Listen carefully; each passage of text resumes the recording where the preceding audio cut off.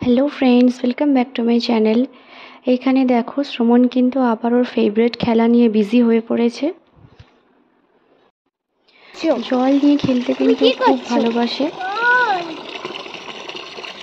এই কলটা আমাদের বাড়ির পিছনে রয়েছে। এটা থেকে কিন্তু সারাদিন সবসময় জল পড়ে জমিটা ঢালু হওয়ার কারণে, আর সেটা সুযোগই কিন্তু শ্রমণ উঠায়।